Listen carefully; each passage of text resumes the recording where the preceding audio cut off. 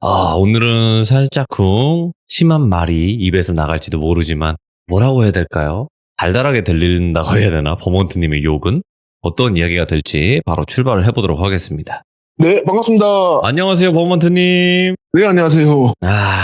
반갑습니다. 자, 오늘 버몬트님께서 찾아와 주셨는데 오늘 해주실 이야기가 여러 가지 이야기가 될까요? 아니면 한 가지 이야기가 될까요? 오늘은 한 가지 이야기를 제가 해드릴 거고, 제가 첫 번째 이야기를 했을 때, 예. 그쪽 동네에서 사셨던 형님이에요. 저랑 나이 차이가 2살밖에 안 나시고, 그리고 이분이 정말 팔자가 좀 사납습니다.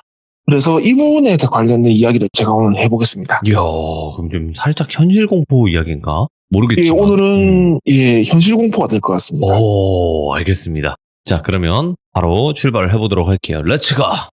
길이십니다. 버몬트자!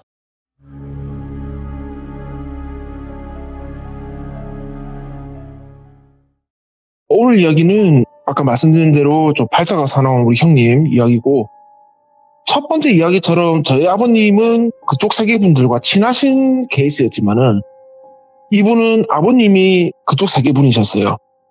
직접적으로. 예, 그쪽 분이셨고 굉장히 부산에서 유명하신 분이셨습니다. 그리고 엄청 폭력적인 성향이셨어요. 그래서 뭐 길이나 동네에서도 되게 유명했고, 그리고 이 폭력적인 성향은 가족들에게도 손을 뻗치게 됐습니다. 그래서 술이나 유흥을 너무 좋아하시는 이분 아버님은 호박에서 돈을 따시면은 집에 와서 그렇게 자상한 아버지인 척을 하셨다고 해요. 그리고 돈을 잃으시면 오셔서 이제 악마가 되시는 겁니다. 이 형님과 이제 어머니를 이렇게 막 하시고 그랬는데, 그래서 형님은 아직까지도 그런 기억 때문에 술이나 걸 엄청 극혐합니다. 그러다가 이제 아버님이 돌아가시게 됐는데 되게 유명한 건달불이 나서 막 싸우다가 돌아가셨겠니 했는데 이게 아니고 술에 취해서 이제 오르막길을 올라오시다가 넘어지신 거예요. 넘어지셔서 그냥 옆에 있는 돌뿌리에 그냥 부딪혀서 그렇게 돌아가셨는데, 조금 가슴 아픈 거는 아버님이 돌아가셨다는 전화를 받으시고 어머니는 바로 그냥 집을 바로 나가버리십니다. 그 상태에서. 형님한테 뭐 잘 있어라 나는 간다는 말도 없이 전화 받자마자 그냥 바로 나가서 버리세요. 그래서 중1 때 형님은 바로 고아가 돼버리시고 아무것도 할 수가 없었대요. 돈도 한 푼도 없고. 이제 그걸 알게 되고 아버님과 친하게 지내던 삼촌이, 그러니까 친삼촌은 아니고 삼촌 하면서 따르시던 분이 있는데, 그분이 이제 이 형님을 거두신 거예요. 네. 지금부터 이 형님은 이제 똘비 형님이라고 해보겠는데, 똘비 형님은 이 삼촌을 따라가서 생활하기 시작했는데, 이 삼촌은 쉽게 말하면 브로커입니다. 브로커라서 뭐 합법적인 일도 하시지만은 비합법적인 일도 굉장히 많이 하셨어요.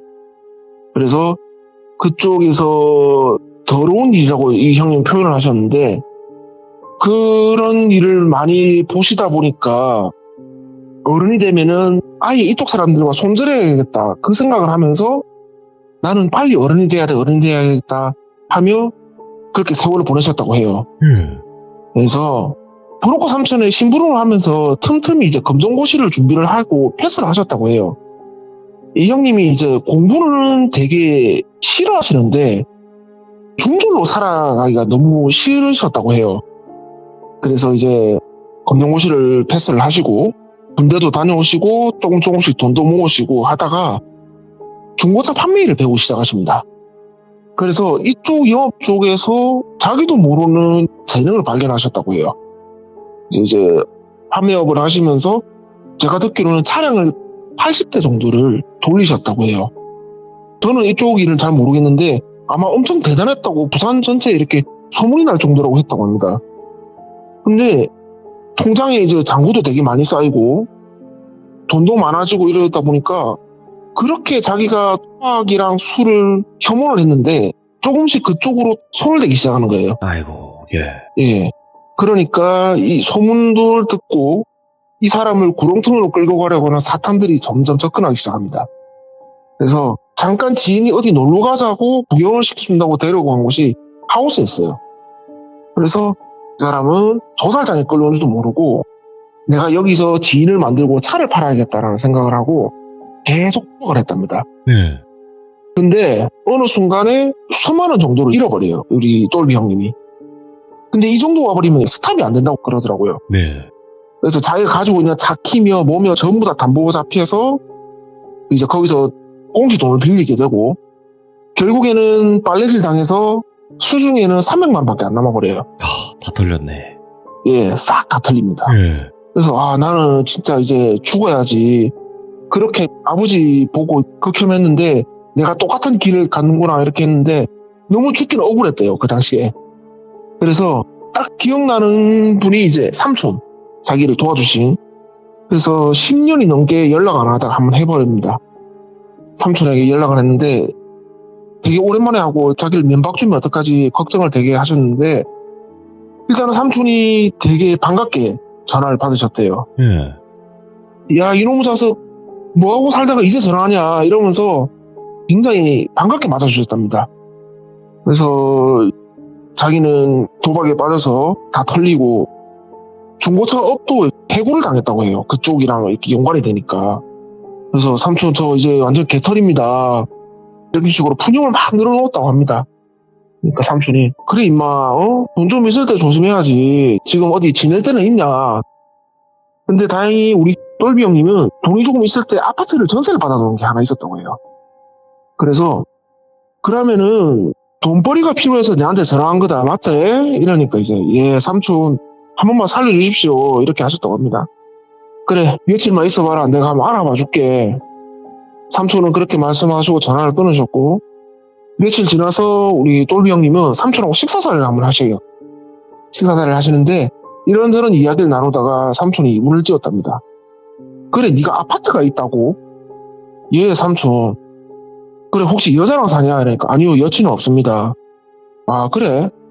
그러면 일이 들어온 게 하나 있는데 니 한번 해볼래? 목구멍이 포도총인 우리 똘비 형님은 일을 준다는 게 엄청 반가웠대요. 네. 근데 이 일을 준다는 대상이 삼촌이니까 살짝 의심을 했답니다.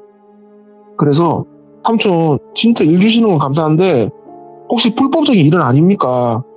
저 진짜 그쪽은 손 안 댈 겁니다. 엮이기도 싫고요. 이렇게 말씀하셨습니다.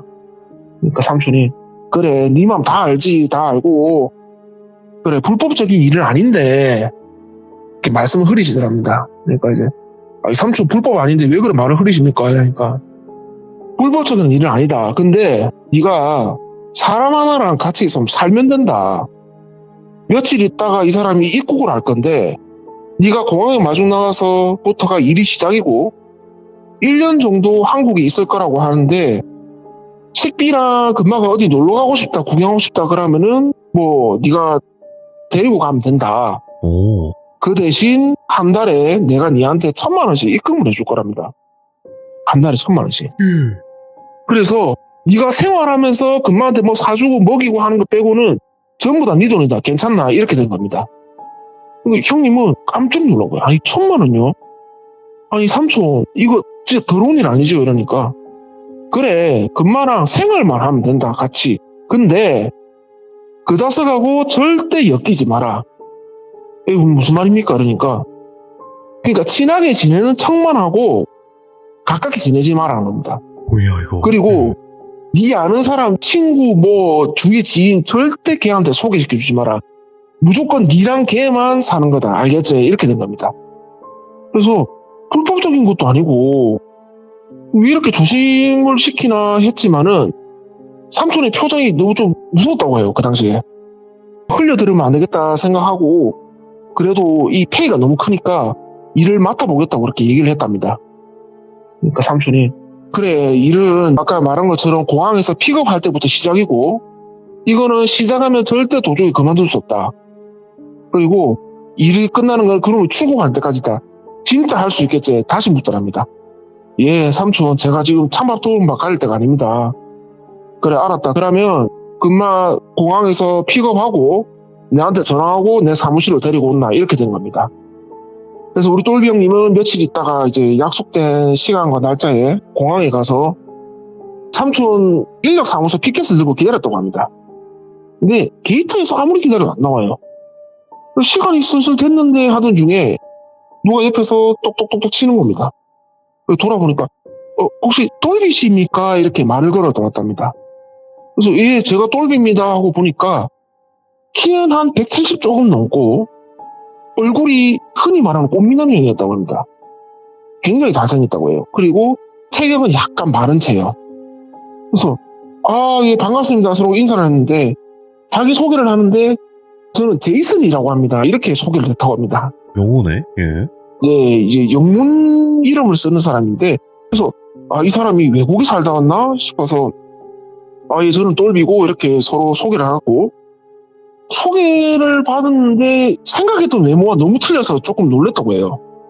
흔히 삼촌이 브로커가 데리고 온 사람이면은 도망자거나 약간 그쪽으로 이제 상상을 했는데 너무 외모가 수려하고 준수하고 그리고 이 말투가 너무 사근사근했다고 합니다. 그래서 제이슨 씨 일단은 환영하고 많이 안 피곤하시면은 일단은 삼촌 사무실에 잠깐 들렸다 가야 된다. 괜찮으시겠냐 하니까 아예 상관없습니다. 그리고 저보다 나이도 많으신 것 같은데 그냥 이름 부르세요. 저도 형님 하겠습니다. 그러면서 이제 서로 뽀송해하면서 갔다고 합니다. 삼촌 사무실로.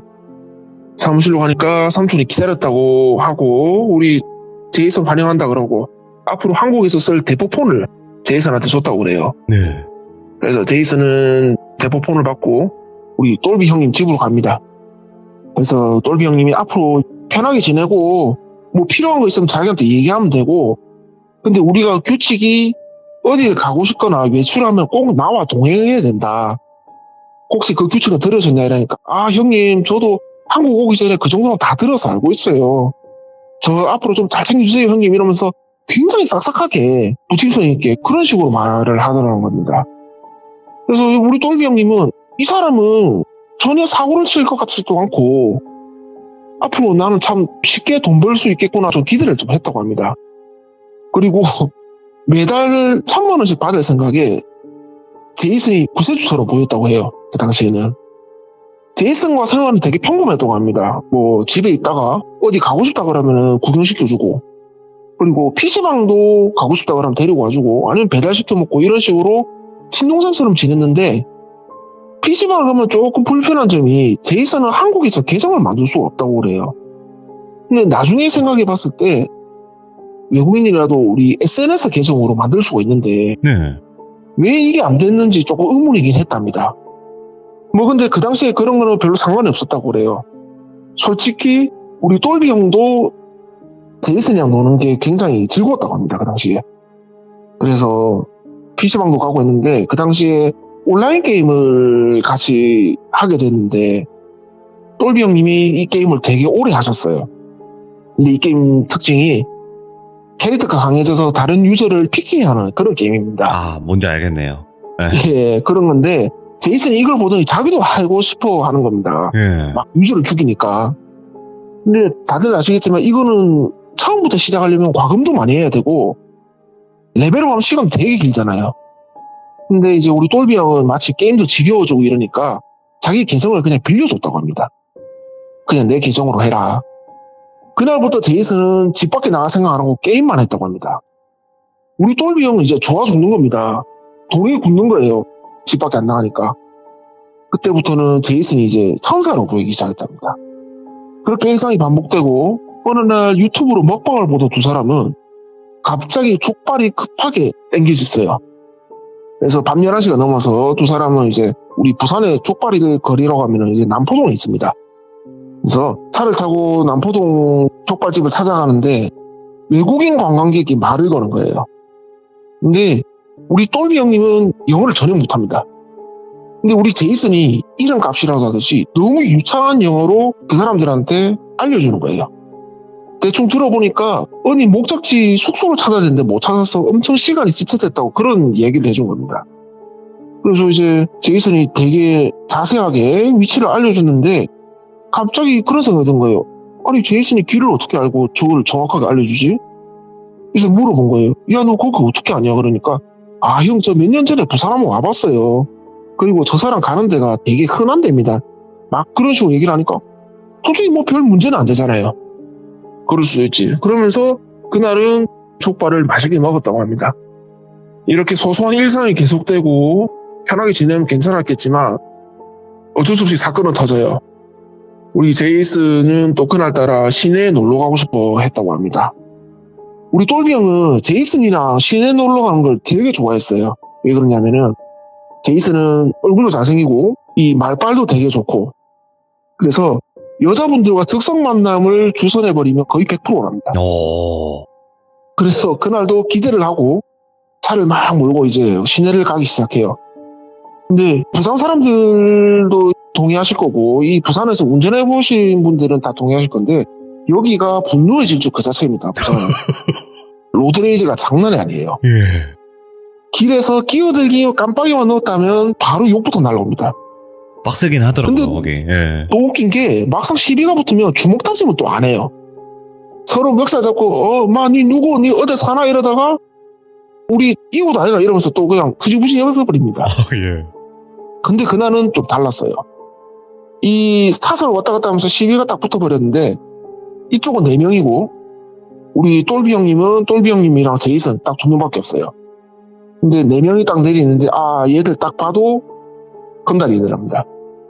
옷차림새부터 덩치까지. 예. 근데 우리 똘비 형님도 참 산전수전 다 겪었는데 지금 제이슨은 전투력이 제로예요. 그래서 혼자 이 4명을 어떻게 상대하나 이러고 있었는데 욕부터 날라오는 겁니다. 니 눈깔 어디다 두고 운전하니 돌았나 이래야 되는 겁니다. 뭐라고 이 자스가 너 어디 생활하고 니 어디 씻고 가 이러면서 이제 정말 유치한 대화가 왔다 갔다 하기 시작해요. 예. 언제 이 물리 공격이 발생해도 이상하지 않은 상황이었어요. 그때 차에서 문을 열고 제이슨이 딱 나옵니다. 예. 그러면서 하는 말이 아이고 사장님도 죄송합니다. 저희가 너무 바빠서 빨리 가야 하는데 뭐 어떻게 하면 저희를 보내주시겠습니까? 이러면서 너무 숙이는 태도를 취하는 겁니다. 안 그래도 똘비 형은 너무 좀 열받아 있는데 네. 얘가 기는 스탠스를 딱 보여주니까 너무 당황스러운 겁니다. 그래서 제이슨 와 이러노 인마들은 무조건 세게 나가야 된다 이러니까 형 그냥 나한테 맡겨봐 내가 알아서 할게. 이 제이슨은 외모도 흔히 말하는 기생무랍이고 체격도 너무 왜소하고 이런 애가 기니까 이 건달 4명은 더 협박적으로 이야기하는 겁니다. 예. 그래 너가 우리 시간을 이렇게 뺏었으니까 너 돈으로 보상해라. 아니면 너 여기서 다 기어라 이래 된 겁니다. 근데 이 가오질보다 더 어이없는 건 제이슨의 이어진 이야기가 사장님들 드려야죠. 저희가 잘못했는데 혹시 연락처를 알려주시면은 제가 그때 만나서 드려도 됩니까? 저희가 지금 현금이 없습니다. 이래 된 겁니다. 네. 근데 이 사람들은 돈을 준다는 이야기에 너무 만족해하면서 연락처를 제이슨한테 주고 가버렸고 우리 똘비 형님은 정말 못마땅하다듯이 제이슨한테 따졌대요. 야 미쳤냐 뭔 돈을 주냐 돈이 남아 돈이야. 그러니까 제이슨이 웃으면서 형 절대 돈 안 줄 거야. 좀만 있어봐. 다음에 저놈들 또 볼 날 있을 거야. 이렇게 얘기를 하는 겁니다. 그러니까 우리 똘비 형이 조금 의아하면서 제이슨 표정을 보니까 우리가 몇 달 동안 살아오면서 이렇게 즐거워하는 제이슨을 처음 보는 거예요. 얘가 이걸 왜 즐거워하지? 이런 상황은 보통 떨어야 되는데 그러면서 그날은 또 시내에서 대충 재밌게 놀았답니다. 놀고 지나가는데 반년쯤 지났을까? 우리 똘비 형님이 대성으로 이제 게임을 하던 제이슨이 어느 날 막 불만을 쏟아내는 거예요. 똘비 형한테. 왜 그러냐 이러니까 형 아이디로 게임하는 이 게임에서 형이 옛날에 길드에 가입했는데 이 길드에 있었던 사람이 자꾸 내가 똘비 형인 줄 안다. 그러면서 자꾸 공개창으로 똘비 형 실명도 부르고 왜 이렇게 짜증나게 해 막 이렇게 얘기를 하는 겁니다. 그래서 똘비 형은 제이슨한테 장난으로 얘기했대. 야 그러면 그냥 내가 죽어버렸다 그러고 동생이 네가 그냥 내 계정 쓴다 그래. 장난으로 이렇게 얘기를 했대요. 그래서 제이슨은 그러면 될까 이러면서 얘기를 했는데 이 길드였던 사람은 이걸 물고 늘어지면서 거짓말이라면서 온갖 비난과 조롱을 이제 공개창으로 막 하기 시작하는 거예요. 그러다가 커뮤니티 사이트까지 글을 올리면서 굉장히 제이슨을 짜증나게 했답니다. 네. 그래서 제이슨이 너무 열받아하면서 이렇게 했답니다. 형 너무 짜증난다. 죽일까? 이러는 겁니다. 처음에 좀 웃겼답니다. 뭐라는 거야. 네가 무슨 사람을 죽여. 네가 킬러냐 이러면서 네가 무슨 저 사람을 죽여 이러니까 아, 형 지금 나 무시해? 내가 저런 놈 하나 못 죽일 것 같아? 이러는 겁니다. 그래서 무슨 소리야 이러니까 형 이거 맨날 컴퓨터 켤 때마다 디스코드 로그인 돼 있던데 여기 보니까 예전에 저쪽 길드랑 채팅한 내용 다 있더만 여기 보니까 제 연락처랑 어디 사는지 다 있어 이러는 겁니다. 그러니까 아 그래도 무슨 네가 사람을 죽이냐 게임을 너무 많이 해서 네가 이게 현실감각이 없다. 그러니까 아니 형 나 하면 어떡할래? 내기할래? 이래 된 겁니다. 예. 똘비 형은 좀 어이가 없었대요. 너무 어린애 같고 그래서 파제를 그냥 좀 돌렸답니다. 돌려가지고 그냥 이걸 좀 무마시키려고 그랬는데 시간이 좀 지나서 한 달 뒤에 이 제이슨이 갑자기 한국을 떠야겠다고 그러는 거예요. 그래서 왜 갑자기 그러냐 그러니까 가만 생각해 보니까 1년 정도가 거의 지나가고 있었대요. 같이 살면서. 그래서 이제 제이슨이 가는 것도 솔직히 아쉽긴 한데 이 매달 1,000만 원씩 꼽히는 게 너무 아쉬웠다고 해요. 그래서 잡았다고 합니다. 예, 가지 말라고. 제이슨 다시 생각해봐. 한국 좋잖아. 조금만 더 살아. 이러니까 아니야 형 내가 지금 대만을 가야 돼. 거기 되게 이쁜 여자애랑 어플로 연결이 됐답니다. 그래서 뭐야 여자 때문에 가는 거야? 야 니랑 내랑 우리가 이거밖에 안 되냐. 1년 동안 살았는데 이러니까 아니야 형 진짜 아쉬운데 나 이 여자애 꼭 만나야겠어 이러면서 간다는 겁니다. 그래서 며칠 뒤에 제이슨이랑 같이 조촐하게 이제 송별회를 준비를 해요. 이 사람이서. 그러면서 야 우리 이때 즐거웠지 이러면서 술도 한 잔씩 마시고 하다가 제이슨이 이제 폰을 꺼내면서 형 내가 며칠 있으면 가니까 내가 진짜 재밌는 거 보여줄게 이러면서 동영상을 꺼내는 겁니다. 예? 근데 동영상을 딱 꺼내는데 그 동영상에는 남자 4명이 무릎을 꿇고 막 비는 영상이었어요. 근데 얼굴은 전부 피투성이가 되어 있었고 이걸 보자마자 우리 똘비 형님은 심상치 않은 영상을 바로 느낍니다. 근데 이 4명이 너무 익숙해요. 근데 딱 기억이 났답니다. 야 이거 혹시 그때 그놈들이냐 길에서. 그러니까 제이슨이 이러는 거다. 응 형 진짜 웃기지 않아? 아니 그렇게 가오 잡더니 몇 대 줘 터지니까 싹싹 빌고 있어 이러면서 사람은 이래서 맞아야 된다니까 이러면서 엄청 웃는 겁니다. 아니 근데 생각해보면은 제이슨은 나랑 항상 붙어 있는 겁니다. 이 똘비 형은 한 번도 떨어진 적이 없고 근데 도대체 누가 이런 짓을 한 거야 물어보니까 형 사실은 나 입국 갈 때 혼자 온 거 아니야. 우리 직원들이랑 같이 왔어 이러는 겁니다. 약간 충격받았대요 그때. 형 우리 직원은 항상 내 주위에 있어. 아니 그것보다 형 얘들 표정 봐봐 너무 안 웃겨? 저 터지니까 이렇게 웃겨 이러면서 너무 웃는 겁니다. 그 영상을 보고. 그래서 똘비 형이 한숨을 푹 쉬고 아니 그러면 그 직원들은 뭐 하는 사람인데 이러니까 항상 내 주위에 있다가 내가 필요로 하면 연락하면 바로바로 와 이러는 겁니다. 아니 그러면은 이 사람들은 어떡할 거냐 신고하면 너 어떡할 거냐 그러니까 형 나 우습게 봐 절대 신고 못해 얘들 신고하면 나한테 죽어 이러는 겁니다. 그러면서 사진을 또 하나 또 보여주는데 이번에는 평범한 남자 그리고 어떤 여자분 그리고 그 여자분이 데리고 있는 아이 얼핏 보니까 이게 가족이더래요. 그래서 야 이 사진은 뭐냐 물어보니까 형 그 게임하는데 그 짜증나게 한 있잖아 나 그 사람들 찾아냈다 이러는 겁니다. 형 그거 제주도 살더만 좋은 데 살대 이러는 겁니다. 똘비 형은 말이 안 났다고 해요. 야 혹시 이 사람도 어떻게 한 거냐 이러니까 아니야 형 진짜 아쉬운데 내가 이 대만 여자애랑 잘 안 됐으면 내가 찾아가서 족치는 건데 난 이 대만 여자애가 너무 보고 싶어. 그래서 그냥 직원들 가지 마라 그랬어. 왜 형 기분 나빠? 보내서 죽일까? 이러는 겁니다. 어머. 말이 너무 어처구니 같고 머리가 어지러지랬답니다. 똘비 형이. 이 사람을 뭔가 해야 한다는 말을 너무 장난처럼 얘기하는 거예요. 그리고 결과물이라는 영상도 봐버리니까 정신을 못 차리겠답니다. 그 당시에는. 그리고 제이슨은 말을 이어갔답니다. 형 내가 해봐서 아는데 이런 애가 있는 부부 있잖아. 이거 어떻게 하면은 얘들 더 고통스럽게 한다? 내가 계획 다 짜놨는데 형 너무 아쉽지 이러는 겁니다. 이때부터 우리 똘비 형은 약간 이성을 잃었다고 해요. 야, 내 계정으로 게임에서 나인 줄 알고 했는데 그런 사고 치면 내가 의심받는데 이 무슨 개 같은 소리냐면서 야, 네가 그런 짓 해버리면 내가 피해받는 거 넌 생각 안 해봤냐 이 미친놈아? 이렇게 된 겁니다. 그러니까 제이슨이 아니 형 그건 형 일이지 내 일이 아니잖아.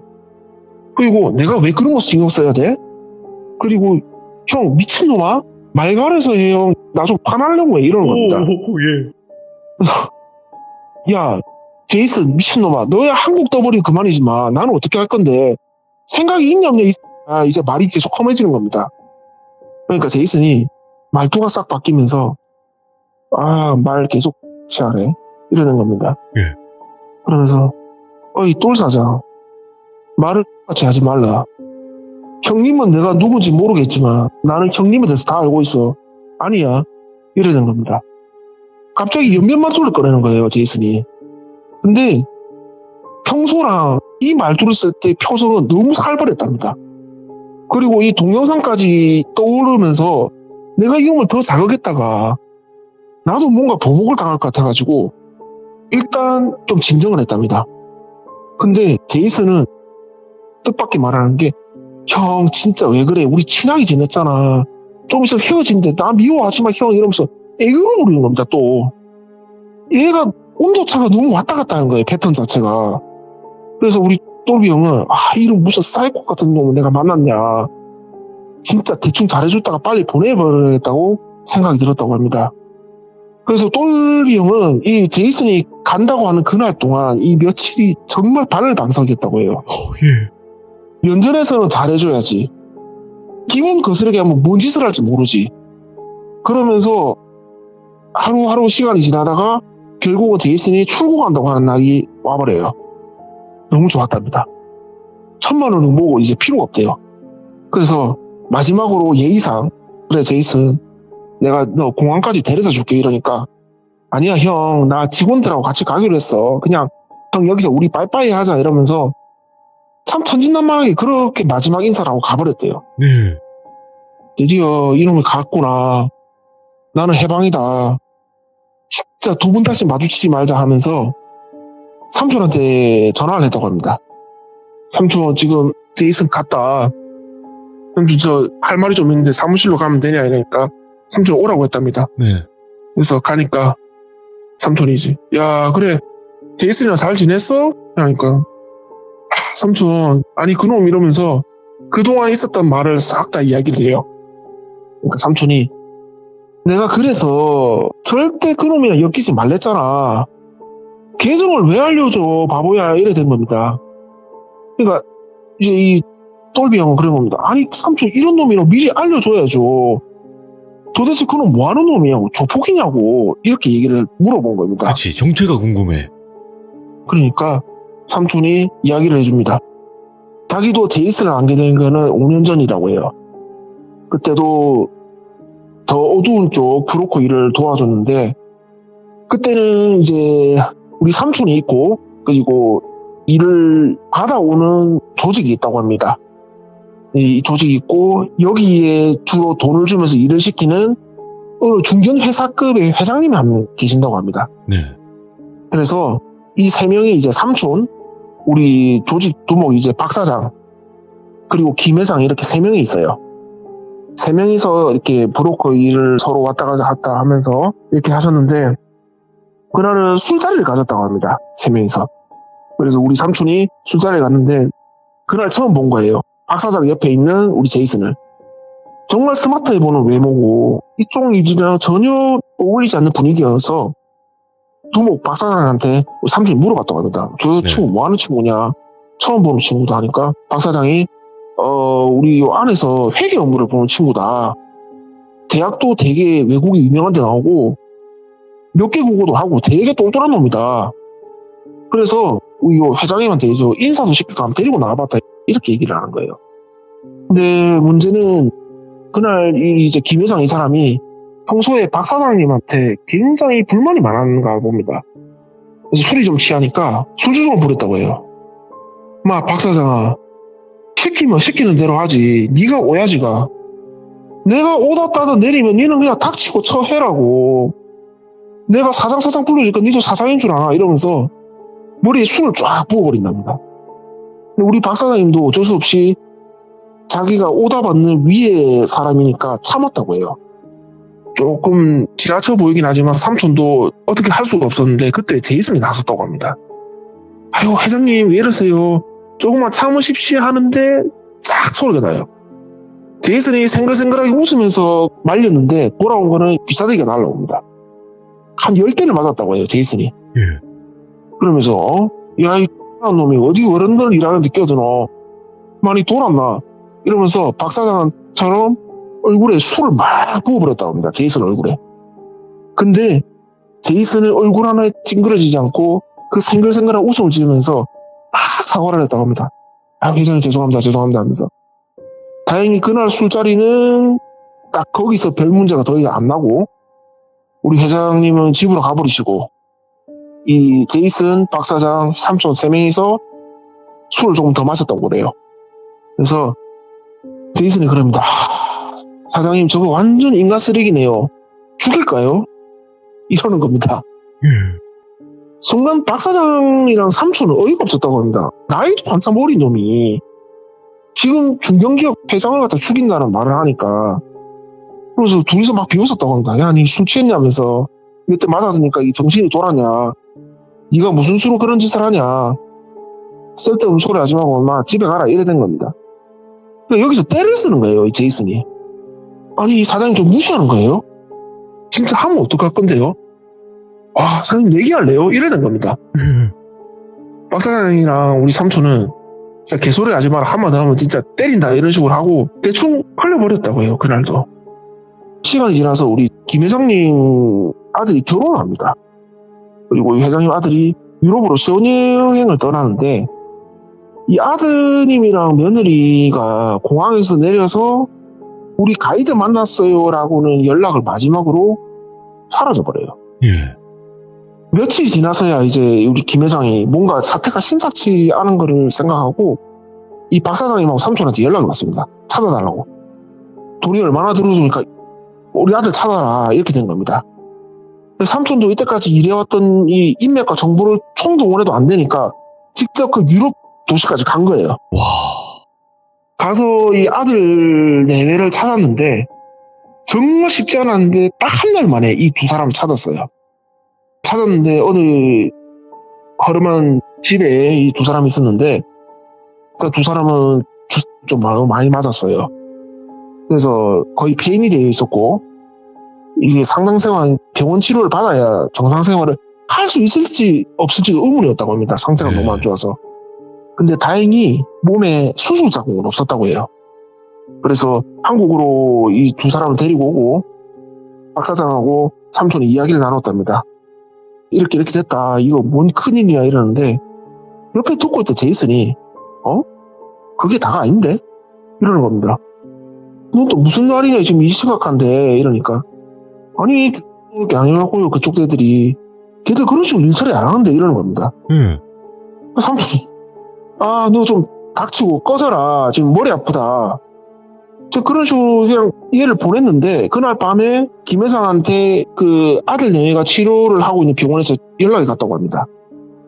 이거 좀 큰일이다 생각보다. 이거 김 회장이 이제 빨리 병원을 가보니까 죽만 많이 맞은 게 아니에요. 사람들이 의식을 조금 찾고 이렇게 보다 보니까 이 사람들이 앞을 못 봐요. 둘 다 각막이 없는 겁니다. 이 소식을 듣고 삼촌이나 박 사장은 제이슨이 생각나서 제이슨한테 물었대요. 야, 솔직히 말해라. 이거 네 짓이냐? 야, 네가 사주한 거냐 이거? 더 있을 거라는 그 얘기 뭐냐? 근데 제이슨의 표정이 마치 내가 무슨 숙제를 했는데 선생님한테 인정받는 그런 아이들 표정 있잖아요. 그러면서 봐봐요. 나 할 수 있다 그랬잖아요. 왜 내 말 무시해요? 이러라는 겁니다. 조금만 시간 더 했으면 걔들이 영원히 못 찾았을 건데 너무 아쉽다면서 그 모습을 보니까 우리 삼촌은 진짜 학을 뗐다고 합니다. 그리고 지금 똘비 형이 삼촌한테 하는 질문을 박사장한테 그대로 했다고 해요. 저것도 뭐하는 놈이냐고. 아니 저 정도로 날뛰는 거를 박사장이 저거 그냥 두면 어떡하냐고. 그러니까 박사장이 그러는 겁니다. 저거 나도 소개받은 놈인데 나도 이 바다 오래 있었지만 저런 놈 처음이다. 보통은 사람을 어떻게 다치게 하거나 이러면은 최소한의 죄책감을 느끼는데 저렇게 좋아하는 소름 끼친 놈 처음 본다. 나도 저 일처리 어떻게 잘해준다 그래서 어느 다른 데서 소개받았는데 나도 모르겠다 이런 식으로 얘기를 하는 겁니다. 이야기를 전부 다 들은 똘비 형은 아니 저런 놈이 저렇게 설치는데 경찰이나 법에서 어떻게 제대도 안 하고 저렇게 돌아다니냐 일반인처럼. 예. 이게 말이 안 되지 않습니까? 이러니까 삼촌이 그래 경찰에 신고 좋아. 근데 너 제이슨에 대해서 뭐 하는 게 뭐 있냐? 제이슨 그건 너 본명은 맞냐? 걔 폰도 대포폰이고 은행 계좌도 안 쓰는 놈이야. 나도 돈 때문에 이놈을 한 번 더 봤는데 진짜 다시는 안 보고 싶은 놈이다. 그리고 야 너 걔 출국할 때 걔 나가는 거 봤냐? 이러니까 아니 지 직원들이랑 같이 나간다고 갔다. 야 그러면 그놈 한국 안 떴을 수도 있다. 처음에 걔 픽업할 때 게이트에서 나왔냐? 아니 공항에 기다리니까 걔가 오던데. 그러면 이건 내 생각인데 한국에 먼저 와가지고 네가 어떤 놈인지 미리 감시를 먼저 했을 수도 있다. 그래서 나는 이게 제일 마음에 걸린다. 저놈이 아무 제대도 없이 날뛰는데 도대체 저놈이 한국에 있는 목적이 뭐냐. 재미로 사람을 어떻게 하는 놈인데. 근데 그 말을 들으니까 똘비 형도 생각이 드는 겁니다. 1년을 같이 살았으면서 아무것도 아는 게 없어요. 딱 아는 거 하나, 그 잘생긴 외모, 엄청 좋은 성격, 그 뒤에 추악한 본성. 네. 그래서 똘비 형도 운동도 많이 하고 참 여러 일 겪고 이랬지만은 예전에는 우리 똘비 형도 길에서 막 누가 쳐다보면 막 싸우고 그랬어요. 근데 지금은 이 일 겪고 나서 사람하고 눈도 잘 안 마주칩니다. 길거리에서. 그리고 되게 겸손하게 살고 있어요. 지금. 아직도 그게 안 잊혀진다고 합니다. 그 연변 말투를 하면서 자기를 쳐다볼 때 그 싸늘한 느낌이. 와. 그래서 이야기는 이렇게 마무리되고 조금 충격적인 이야기가 이게 2021년도 이야기예요. 그러니까 이게 얼마 안 된 것 같더라고요. 이게 나오는 것들 예. 보니까. 얼마 안 된 이야기고 예. 그래서 제가 처음에 시참을 할 때 좀 고민을 했어요. 이 이야기를 할까 말까 했는데 예, 지금은 좀 시간이 지나서 좀 괜찮을 것 같고 그리고 우리 남자분들 운동도 하시고 이렇게 막 하시는 건 좋은데 길에서 자기보다 약해 보이는 사람들한테 좀 함부로 하지 마시고 예. 예, 그리고 인터넷상이라고 좀 말 함부로 하지 마시고 그럼요. 예. 예, 서로 피해 안 주고 이렇게 좀 그렇게 다들 예, 사셨으면 좋겠습니다. 와, 아니 이런 얘기를 지금 제가 말이 안 나오는 게 사실 이 이야기를 계속 듣다 보면요. 그 사람의 정체가 궁금했단 말이에요. 근데 결국에는 그 사람이 뭐 하는 사람인지 정확히 아는 사람이 없네. 네, 아무도 없어요. 날고 긴고 한다는 저쪽 사람들도 이해를 잘 모르고 저는 지금도 한국에 어디서 돌아다닐지 참 그게 걱정입니다. 아니 그리고 진짜 버몬트님이 대단하신 게 뭐냐면 와 이거 선 지키기가 되게 힘든 사연이에요. 그러니까 선을 지키기가 정말 힘든 네. 사연인데 와 이거를 선을 지켜버리네. 저 이거 정리 많이 했습니다. 와. 자 그러면 이거 하나만 말씀해 주세요. 그러니까 방송이 그러니까 뺄 거 빼고 이제 얘기를 해주셨을 텐데 한 몇 분의 1 정도를 덜어내셨다고 보세요? 일단 제가 정확한 묘사는 다 뺐어요. 그리고 제이슨이 즉석 만남을 했잖아요. 여성들과. 거기서도 트러블이 좀 있었는데 그거는 좀 들으면 불쾌할 수도 있는 그런 사건도 좀 있어가지고 아하. 얘가 약간 나사가 풀려 있어요. 사람이. 이해할 수가 없네. 저도 예, 이야기를 근데 절대 자기 손에 피 안 묻힙니다. 이야기를 들어보면 정말 좀 소름 끼쳤어요. 야. 요즘 시대에 이런 사람이 있다? 네, 너무 소름 끼쳤습니다. 진짜 이 생각이 들었어요.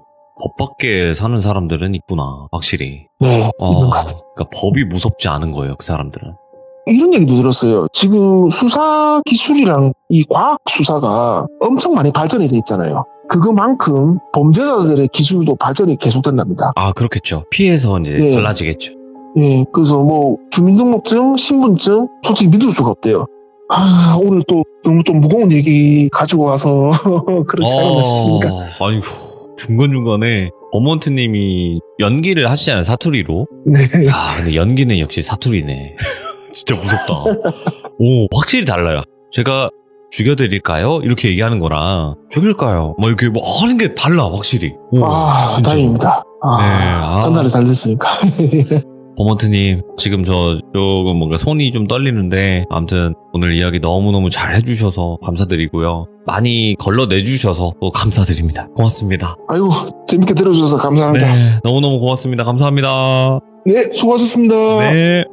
와, 이거는 제가 제목을 뭘로 지어서 영상을 업로드를 해야 될까 좀 고민을 되게 많이 하고 있고, 야, 정말 레전드네요. 여러분들이 생각하실 때 있잖아요. 영화 같은 일이야. 저게 현실에서 있겠어 하는데, 영화보다 훨씬 더한 일들은 우리 주변에서 다 일어나고 있습니다, 이미. 훨씬 더 잔인한 세상이에요, 지금 현재.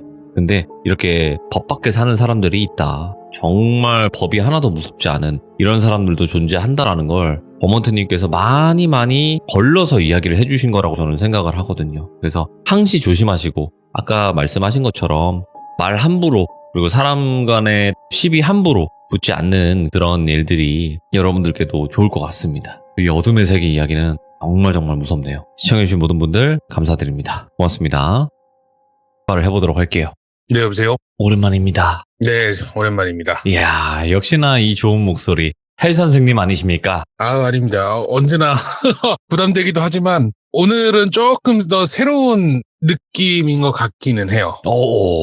근데 목소리가 더 좋아지신 것 같아요? 요즘에 목소리 트레이닝이라고 해서 좀 하고 있는 게 있기는 해서 이게 좀 말투나 억양이 조금 바뀌긴 했습니다. 아, 근데 뭐 원래도 이제 헬민석이라고 불릴 만큼 너무나 설명을 잘 하시는 분이기 때문에 믿고 듣죠. 아유, 언제나 네. 감사합니다. 알겠습니다. 항상 헬릭스님은 이야기에 제목을 붙이십니다. 자, 오늘은 어떤 제목이 될까요? 오늘 전해드릴 이야기의 제목은 비명입니다. 비명이요? 우선은 시작하기 전에 네. 이 이야기를 듣게 된 원인 자체가 저번 2번의 시참 때문에 듣게 된 거예요. 저는 잘 모르겠는데 제 목소리가 어디 가서 티가 나거나 아니면 제 억양이나 말투가 되게 특이한가 봐요. 아주 일반적이진 않을 수도 있죠. 네. 네네. 근데 이제 이 얘기를 2번 시참했던 그 얘기를 듣고 저한테 전화가 왔어요. 그래서 혹시 헬릭스 씨 핸드폰 맞습니까? 그래서 맞다고. 야, 난데 하고 선배님이세요? 그러니까 그래 맞다. 술이나 한잔 하자. 하고 나와서 야, 너 무서운 얘기 뭐고 댕긴다면서. 그러더니 너 걔 알지? 네, 알죠. 걔 이야기야. 넌 모를걸? 한번 들어봐. 하고 시작이 된 이야기입니다. 오, 알겠습니다. 그럼 바로 출발을 해보도록 할게요. 렛츠가 기리십니다. 헬릭스입니다.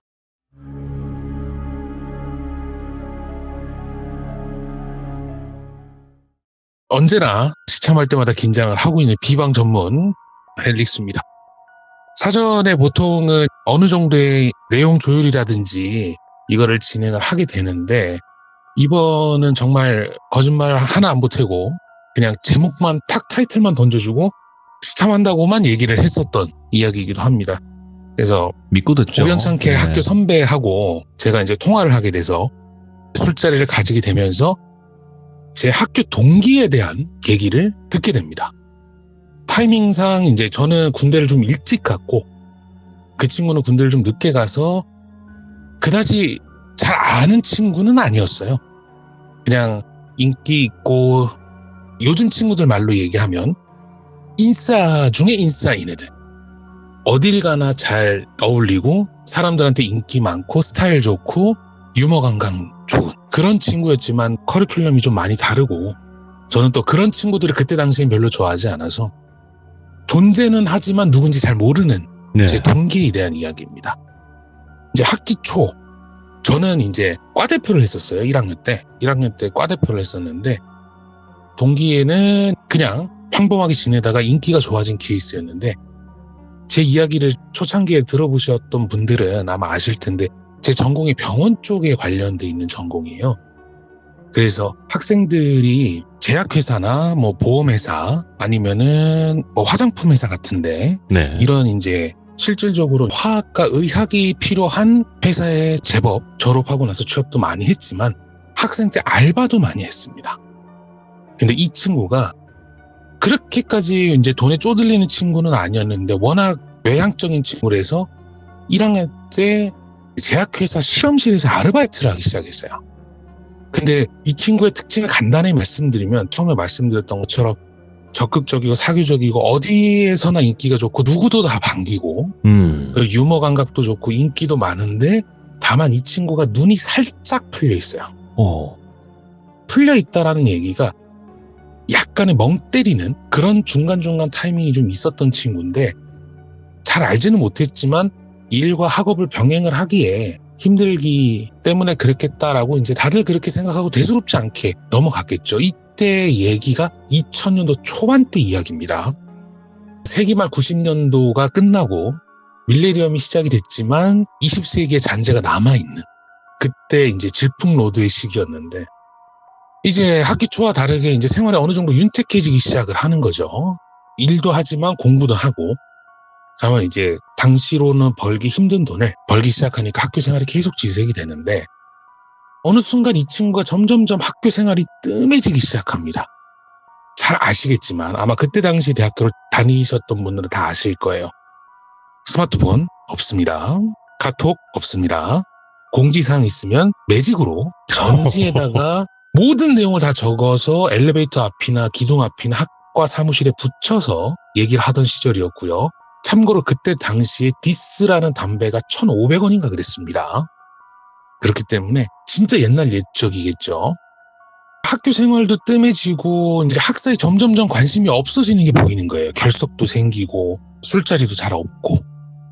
근데 그때 당시에는 뭐 다른 학교는 모르겠는데 저희 학교는 좀 그랬습니다. 이제 잘하던 친구가 못하게 되면 학생회장이나 과대표나 아니면 이제 친한 선배들이 내리사랑이라 그래서 밥도 사주고 공부도 같이 하고 운동도 같이 하고 힘든 거 있으면 얘기도 들어주고 이렇게 일종의 멘토링 같은 걸 하게 됐었거든요.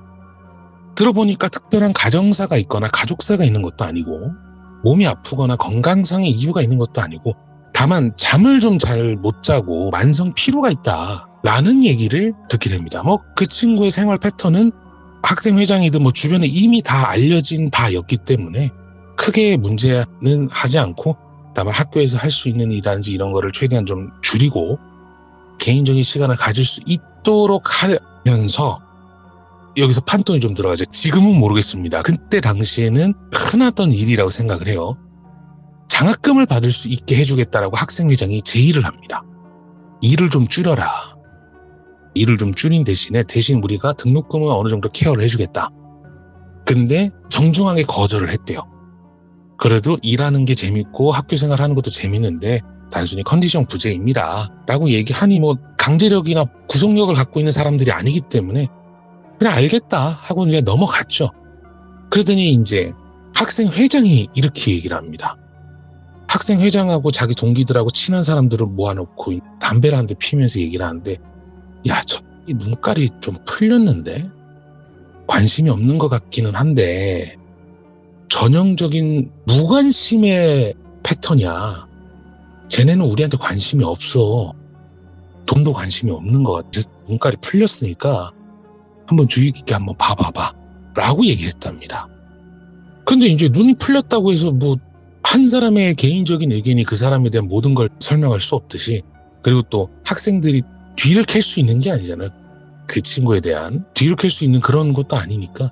그리고 또 학교 생활이 또 수두룩빽빽하게 있고 자기 성적, 뭐 연애, 공부 이런 게 있으니까 굳이 크게 뭐 그렇지는 못했다고 해요. 물론 저도 그 자리에 있었습니다. 저도 이제 과대표였고 이제 동기였기 때문에. 다만 이제 방학이 찾아오게 되고 저는 이제 군대로 바로 가게 됐죠. 그래서 저는 여기까지가 그 친구에 대한 처음이자 마지막에 대한 기억입니다. 그리고 바로 그 선배 시점으로 이야기가 진행이 됩니다.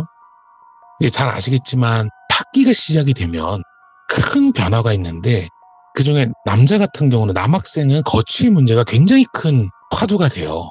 군대 간 사람을 찾는 거, 군대 갈 사람을 찾는 거, 그리고 복학한 사람을 찾는 거, 그리고 복학 예정인 사람에 대한 포인트가 나오게 되죠. 왜냐면 이제 당시에 같이 생활을 해야 되는 사람들이니까요. 결국은 새로운 사람이 익히고 기존 사람이 떠나고 또 이런 인연이 만들어지면 점점 눈에 보이지 않는 친구들은 점점 이제 관심 밖으로 빠지게 되죠. 근데 중요한 거는 중간고사를 보게 됐는데 이 친구가 시험에 나오질 않아요. 이상하잖아요. 학교 수업은 안 나오더라도 시험은 나와야 되거든요. 그래서 결국은 학생회장, 조교, 교수, 과대표가 호출이 돼서 어떻게 해야 될지, 성적을 어떻게 처리를 해야 될지에 대한 고민을 하게 되고 결국 교수진들이 왜 보통 아실 거예요. 레포트를 내면 최저 학점을 주겠다. 시험을 대충 봐도 B+를 최종으로 해서 성적을 내겠다. 뭐 이런 합의를 하는데 네. 결국은 시험이 안 나오고 어느 순간에는 자취를 감춰버려요. 수업도 아예 나오지도 않고 연락도 안 되고 나오지도 않습니다. 결국은 교수들끼리 합의를 본 게 휴학을 시키자. 다 F 주고 휴학을 시키고 어차피 뭐 남자들 늦게 졸업하는 거 크게 문제될 거 아니니까 휴학을 때리자. 그렇게 해서 교수들하고 학과장하고 10명씩 가서 부모님을 만나게 됩니다. 이제 본격적인 이야기는 여기서부터 나와요. 이제 협의를 하는 겁니다. 자녀가 지금 학교 안 나오고 있다 혹시 알고 있냐? 어느 정도는 알고 있었다. 성적은 내긴 내야 되는데 지금 이 상태에서 어쩔 수가 없다. 휴학을 하자. 성적은 다 그냥 미수 처리하고 F 때린다. 그리고 휴학을 해라. 오케이, 알겠다. 라고 얘기해서 끝났는데 문제는 시간이 어느 정도 지나고 눈에 보이지 않으니까 잊혀지는 건 당연지사고 어느 순간에 부모님이 전화가 왔답니다. 담당 교수한테. 그러더니 교수실에 이제 학과장하고 과대표가 호출이 돼서 갔는데 그 친구의 부모님이 펑펑 울었는지 눈이 부은 상태로 교수실에서 어떻게 할지 모르게 쩔쩔매고 있었대요. 이상하잖아요. 예. 보통은 정말 큰 사고를 치는 뭐 폭행이나 기물파손 뭐 이런 정도의 큰 사고가 있어서 학교 쫓아내지만 말아달라고 얘기했을 정도밖에 안 되는데 학교를 휴학하고 있는 사람의 부모가 와서 울고 있다? 도저히 자기 상식으로 이해가 안 됐대요. 그러더니 조그마한 테이블 위에 딱 보니 사망신고서가 한 장이 있었대요. 예. 이름에는 그 친구 이름이 적혀 있었답니다.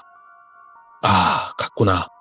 얘가 갔구나. 얘기를 들어보니 무단횡단 교통사고였다고 해요. 그러니까 서류상으로 나와 있는 거는 무단횡단으로 의해 야기된 교통사고라 그랬는데 그 친구가 너무 힘들었답니다.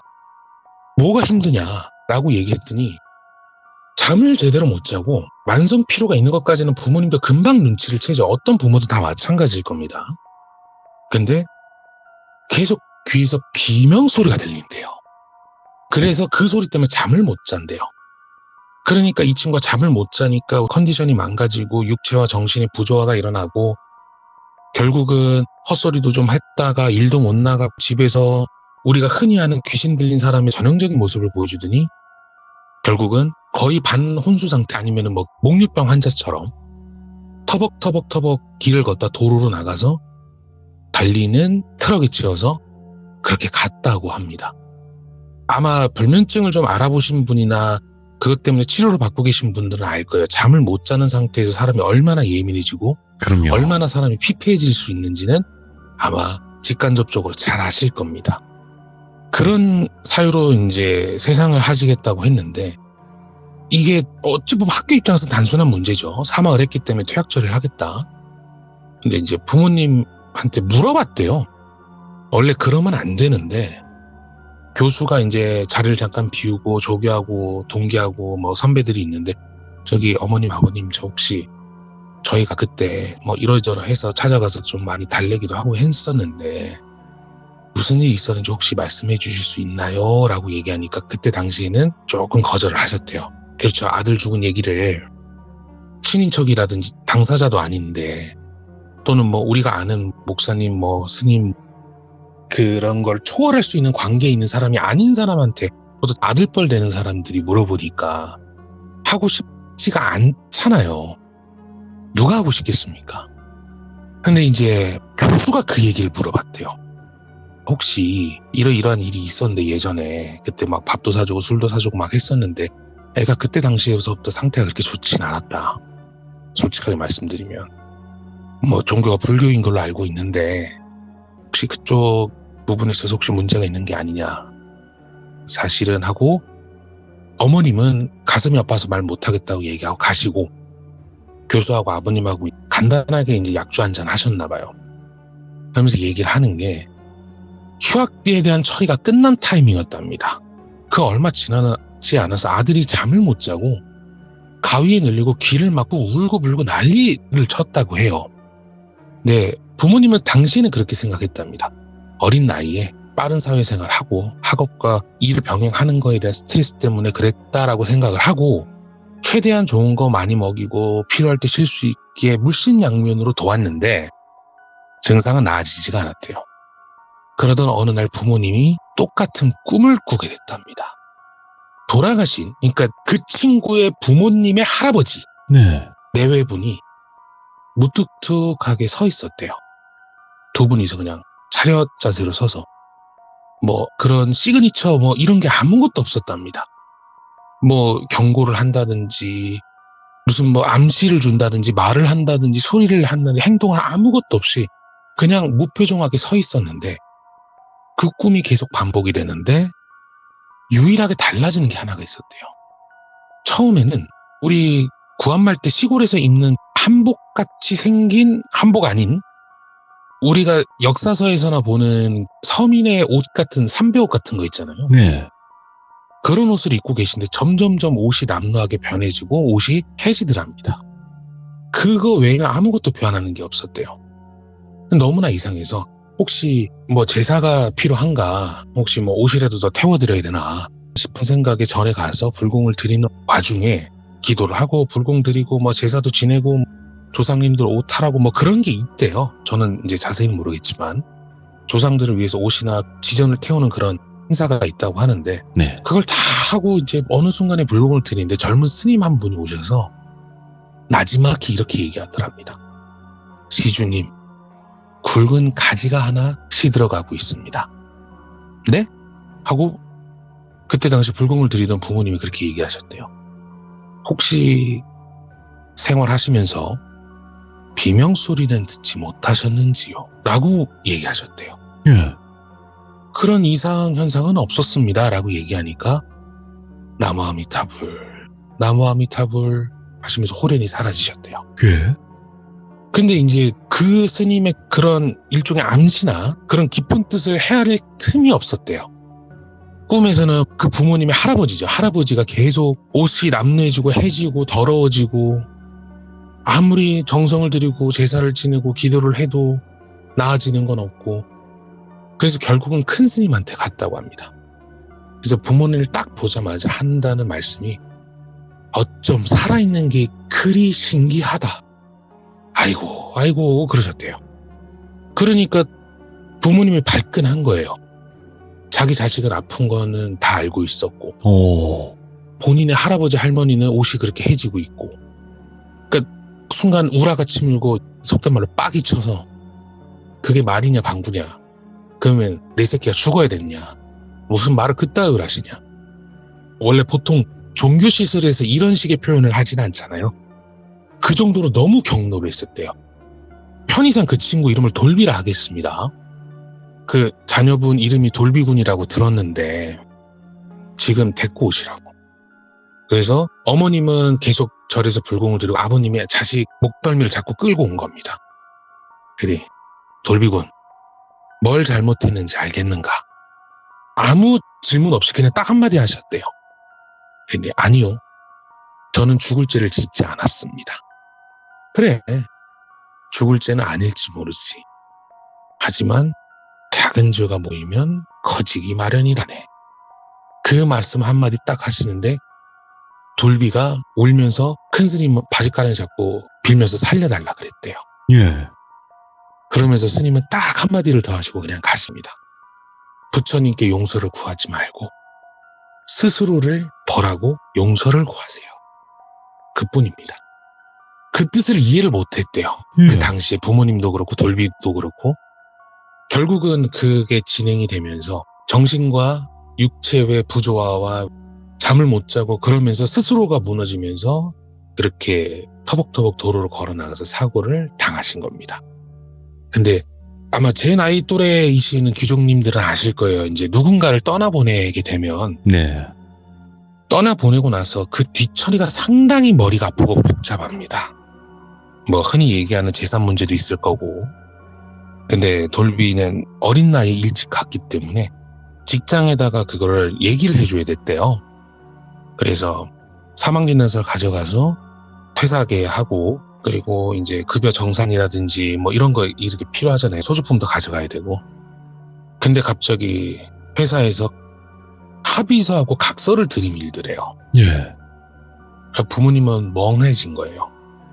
그때 당시에 이 말을 전해준 선배가 저한테 그대로 해준 얘기입니다. 아니 지금 내 새끼가 죽었는데 지금 이게 각서는 뭐냐고 하면서 거기 담당자하고 싸웠대요. 예. 그렇겠죠. 자식 잃은 마음도 가슴이 아픈데. 합의서를 읽어보니까 김돌비의 몇 월 며칠서부터 몇 월 며칠까지 있었던 근무 생활 중에 있었던 모든 일에 대한 걸 함구하고 그 어떤 것도 민형사 간의 문제 제기나 고소고발하지 않겠습니다라는 내용이었대요. 네. 근데 어차피 부모 입장에서는 하든 안 하든 상관이 없잖아요. 지금 마무리하는 것도 급한데. 그래서 아마 아실 분은 아실 겁니다. 제가 초창기 때 말씀드렸는데 제약회사를 말씀을 드렸고 그 친구가 일했던 건 제약회사의 약리 관련된 부서였어요. 약리, 약. 우리 항생제 뭐 이런 약 있죠. 약하고 리자가 뭐냐면 프로세스, 그러니까 약이 어떤 식으로 작용이 되고 거기에 대한 효과, 부작용과 적용 대상과 부적용 대상 이런 거를 연구하는 데였는데 네. 그 친구가 담당을 하던 건 나이가 어리잖아요. 20살, 21살인데 중요한 걸 주진 않고 거기서 실험에 쓰는 동물들을 관리하는 역할을 한 거예요. 아. 근데 하는 게 별거 없습니다. 그냥 우리 플라스틱 박스에 쥐나 토끼나 뭐 개나 고양이나 뭐 이런 게 있으면 거기 문 열고 먹이 주고 배설물 치우고 그게 다예요. 예. 그리고 서류 정리하고 거기에 대한 관리 감독하고 이게 다예요. 그러니까 그 친구는 나쁜 일을 할래야 할 수가 없는 일입니다. 오히려 동물에 대한 그런 애정이 깊거나 하시는 분들은 거기서 죽었다 깨어나도 일을 못해요. 그 친구도 처음에는 안타깝지만 점점 일이라는 걸 받아들이면서 그냥 드라이하게 이 일만 했답니다. 근데 일하다가 어느 순간에 그런 일이 있었대요. 우리가 긍정적인 역할이 나오는 거를 찾아내기 위해서는, 그러니까 좋은 약을 하나 개발하기 위해서는 하나의 성공 케이스를 찾으려면 적어도 실패하는 케이스는 만 케이스가 넘습니다. 그렇기 때문에 잘못된 화학 반응을 일으켜서 나오는 동물에 대한 뒤처리를 해야 되는데 그게 법적으로 굉장히 강력하게 돼 있어요. 아무나 못합니다. 그리고 일정 조건 이상이 안 되면 못하는데 몰모트로 나온 흰색 쥐 있죠. 눈 빨갛고 하얀색. 오, 알죠. 쥐를 몰모트라고 표현하는데 그 쥐가 너무 고통스러워하는 걸 봤대요. 근데 쥐만 아니라 보통 토끼도 많이 실험을 하는데 너무 고통스러워하는 거를 계속 듣게 되니까 이 친구가 너무 스트레스를 받는데 그 친구가 그 비명소리에 쾌감을 느낀 거래요. 상대방의 고통을 느끼는 거에 대한 쾌감을 느끼게 됐대요. 이 이야기는 당사자한테 들은 게 아니라 같이 일하는 동료한테 그 얘기를 들었대요. 그래서 지켜보는 것뿐만 아니라 지켜보는 게 계속되다 보니까 그 자극이 무뎌지는 거예요. 우리 사람이 고통스러워서 내는 고통의 신음소리와 통증에 대한 고함은 음악으로 치면 베이스부터 소프라노까지 다 낼 수 있거든요. 남자든 여자든. 네. 동물도 똑같답니다. 똑같아요. 종에 따라 구분이 되는 게 아니라 그 한 마리 한 마리마다 낼 수 있는 목소리의 영역이 정해져 있는데 베이스서부터 소프라노까지 소리를 다 지른대요. 근데 이제 그걸 듣다 보니까 그 자극이 익숙해지니까 더 이상 만족이 안 되는 거예요. 그러니까 툭툭 건드리기 시작했고 그러다가 때리기 시작했대요. 그러면서 정상적인 친구들 있잖아요. 시작하지 않은 친구들, 시작하지 않은 정상적인 애들까지도 건드리기 시작을 했대요. 결국은 이제 어떤 지경까지 나왔냐면 그렇게 해서 생을 다 한 친구들을 처리할 수 있는 공식적인 방법이 있어요. 그거를 이제 서류로는 그렇게 했다라고 얘기를 하고 본인 스스로가 그렇게 하기 시작을 한 겁니다. 근데 이거는 법으로 정말 강력하게 규제를 하고 있거든요. 윤리적인 문제도 있지만 환경적인 문제도 있고 위생적인 문제도 있기 때문에 굉장히 강력하게 관리를 하는데, 이 친구가 제일 사람들이 하기 싫어하는 일을 오래 하니까 어느 정도 맡겼었나 봐요. 그러니까 여러 가지 이제 위법 행위를 하게 됐고, 결국 그게 걸렸고 점점점 이 친구 개인의 컨디션도 안 좋아지는 게 보이니까 결국은 잘리게 됐는데, 그 내용을 알고 있었던 회사에서는 부모가 너희들이 이렇게 일을 시켰기 때문에, 너희들이 똑바로 관리를 안 했기 때문에 내 아들이 죽었다라고 만약에 소를 제기를 하면 그때서부터는 엄청난 스캔들이 되는 거죠. 그렇기 때문에 그런 합의서 각서를 들이밀었다고 해요. 그걸 보니까 이제 부모의 가슴은 멍이 들다 못해 썩어 문드러지겠죠. 결국은 본인의 아들이 이런 파국을 맞게 된다는 걸 충분히 예상을 했다라고 합니다. 결국은 돌비 본인은 양심과 쾌락의 싸움을 하게 되고 스스로가 무너지고, 거기에 대한 대가로 환청이라는 걸로 해서 인격이 스스로 무너졌다라고 판단을 한다고 합니다. 예. 그 선배 말로는, 이 이야기를 전해준 선배 말로는 본인도 그 일을 해봤지만 거기에 대한 부조화를 극복을 못하면 그렇다라고 얘기를 해요. 결국은 그렇게 사고가 나서 변을 당하게 되고, 사망 직후에 집에서 그렇게 비명을 지르더래요, 아들이. 그것도 제각기 다른 목소리로 다른 크기로 비명을 지르는데, 그냥 아 하고 끝나는 게 아니라 아 하다 이런 식으로 1초도 끊이지 않고 계속 비명을 지르더래요. 계속 비명을 지르다가 동이 틀무렵 사라지고, 결국 부모도 사람이니까 더 이상 못 견디겠더래요. 유명한 무당이나 법사나 아무리 찾아가도 해결이 안 되고 집에는 못 들어가겠고, 그래서 결국은 마지막에 찾은 게, 절에서 불공을 드리면 조금이나마 자식의 죄를 덜지 않을까라고 얘기해서 계속 불공을 드리는 와중에 다시 젊은 스님이 왔다고 합니다. 몇 시인지도 모르겠대요. 그냥 산은 해가 일찍 지니까 네. 어둑어둑하고 밤 공기가 좀 쌀쌀한 그 시간대에 오셔서 또 한마디를 하셨대요. 고인이 된 자녀의 죄는 씻을 수가 없습니다. 소용없습니다. 하지 마세요. 그 값을 자녀분이 다 치러야 됩니다. 그냥 때에 맞춰서, 명칭은 정확히 모르겠어요. 산신각이라고 하는지, 산신각이라고 했던 것 같은데, 그 절에 보면은 있지. 예. 그 절이 있는 산에 있는 산신령이나 산에 있는 영물들을 위해서 만들어 놓은 재단 같은 게 하나 있는데, 네. 거기에 동물을 바치시고 거기에서 기도를 하시면 적어도 현생에서 모습을 비추는 일은 없을 겁니다. 라고 했다는 겁니다. 근데 이런 일은 쉽게 있을 수 있는 게 아니잖아요. 그래서 부모님께서는 그 다음날 큰 스님한테 가서 무작정 물어봤대요. 예. 어제 저녁에 젊은 스님 한 분이 와서 이런 얘기를 했는데 무슨 뜻이냐, 이게 뭔 말이냐. 근데 큰 스님은 오히려 어안이 벙벙하듯이 무슨 말씀하시냐, 무슨 젊은 스님, 우리는 젊은 스님 자체가 없다. 우리 절에서는 가장 막내가 40대 정도 되신다. 젊은 사람이 없다. 근데 그 젊은 스님이 20, 30대 정도밖에 안 됐대요. 그러더니 큰 스님께서 눈을 살포시 감으면서 염주를 굴리면서 그냥 그대로 하시지요. 시키는 대로 그대로 하시지요 라고 얘기를 했대요. 그래서 결국은 이제 제사상을 차리고 자식의 죄를 대신 빌어주고 미안하다고 빌고 빌어서 다행스럽게도 집에 나타나거나 그러진 않았대요. 그래서 결국은 어떻게든 잘 해결이 됐다라고 교수한테 얘기를 전하고, 때는 이제 시간이 좀 많이 흘러서 그 돌비라는 친구의 제삿날이 좀 지난 어느 날이었대요. 그러더니 그 부모님이 전화가 와서 학교 교수님들하고 이렇게 뭐 찾아와주고 고마웠다고, 첫 제사가 있었고 그래서 감사하고, 그렇다고 뭐 교직원이나 학생들한테 돈 뭐 20만 원 30만 원 찔러줄 수는 없으니까 네. 선물 세트랑 뭐 이런 걸 사가지고 보내겠다라고 얘기를 했대요. 좀 드시고 못난 아들내미 케어해 주시나고 감사했다. 근데 이제 그 얘기를 듣는 교수 입장에서 너무 가슴이 아팠대요. 자기 아들 같기도 하고, 네. 본인도 종교가 불교다 보니까. 그래서 식사 한번 하시죠라고 해서 불렀대요. 그래서 그 얘기를 하니까 제삿날에 자기 아들이 본인 집 앞에 있었답니다. 꿈인지 생신지는 모르겠대요. 그러더니 미안하고 죄송하고 죄를 대신 빌어줘서 고맙다. 그리고 앞으로 많은 시간을 빌어달라. 라고 하는데 그때서부터 부모가 이제 마음이 녹는 거예요. 이미 죽고 없는 아들한테 뭐 우기고 따져봐야 뭐 하겠습니까?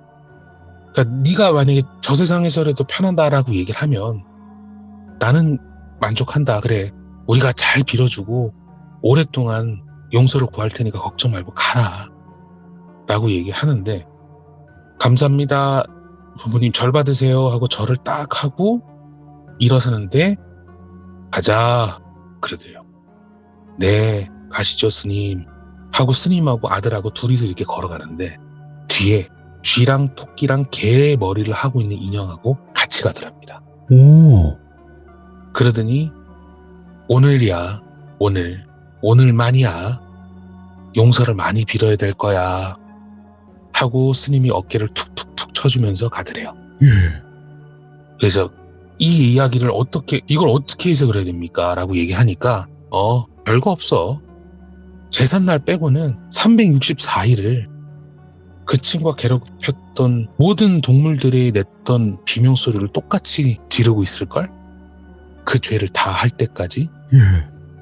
아니 이게 말이 되냐. 보통은 그러지 않지 않느냐. 뭐 예. 우리 뭐 지옥불에 떨어지니 무슨 뭐 이런 게 있지 않느냐. 아니 그거는 죄가 확정된 사람한테 주는 그거고, 형벌이고. 환생을 하기 위한 업보를 씻는 거고, 죄를 용서를 받아야 그 다음에 재판을 받을 거 아니냐. 지가 괴롭혔던 동물이 질렀던 소리만큼 지가 똑같이 지르고 있을 거라고. 그러면서 소주를 한 잔 탁 들이키는데, 야 내가 너한테 도덕적으로 윤리적으로 살라는 말은 못한다. 근데 지켜야 될 선은 있어. 그러니까 너도 믿거나 말거나 네 알아서 판단해.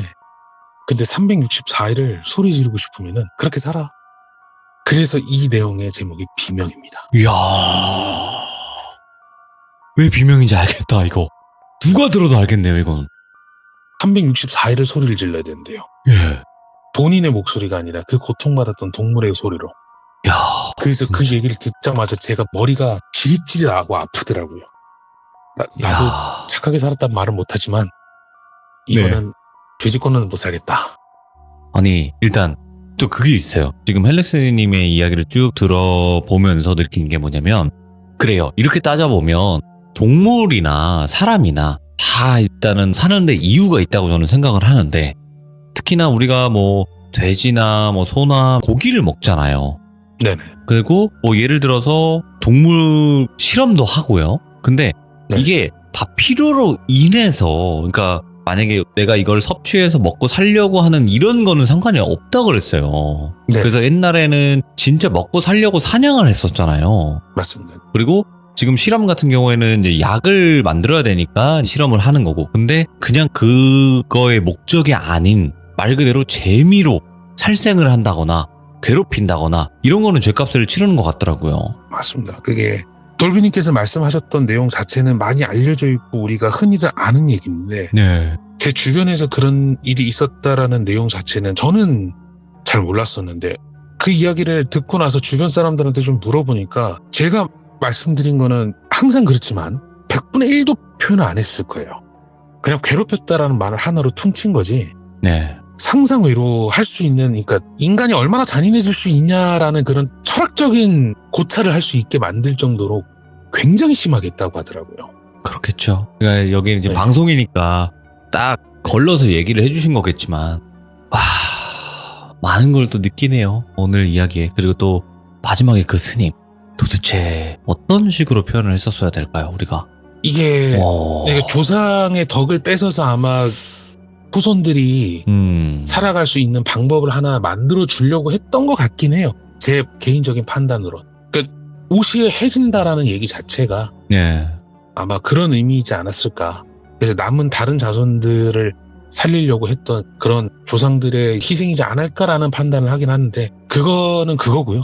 정말 얼마나 인간이 이렇게 잔인해질 수 있는지에 대한 너무 충격을 받았고, 저도 이제 하다못해 저는 이제 개인적인 사정이 있어서 반려동물을 키우지는 못하는데 네. 키운다 한다고 하면은 그냥 인격체로 해줘야 되지 않을까. 너무 불안하기도 하고 무섭기도 하고 네. 지금은 제가 좀 정리가 돼서 그렇긴 한데 제가 이제 시청을 하겠다라고 카톡을 남기려고 했었던 게 한 일주 전인가 그랬을 겁니다. 이 이야기를 들은 지 일주일 뒤에 말씀을 드린 건데 참 가슴이 많이 아팠어요.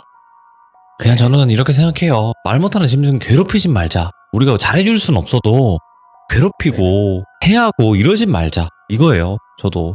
사람도 마찬가지지만 당연히 동물도 마찬가지라고 저는 생각을 하거든요. 인간의 시점에서 얼마나 인간이 잔인해질 수 있는지 그 이야기를 들려주셔서 다시 한번 감사드립니다. 고맙습니다. 헬릭스님. 네, 감사합니다.